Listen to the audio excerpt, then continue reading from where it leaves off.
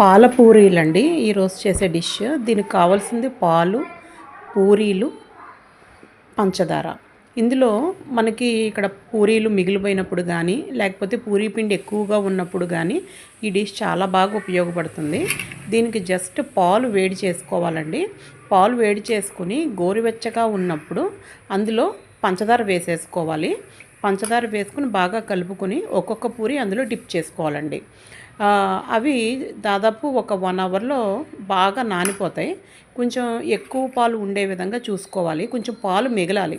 మిగిలితే అప్పుడు ఆ పూరి అబ్జార్బ్ చేసుకుంటానికి ఉంటుందన్నమాట.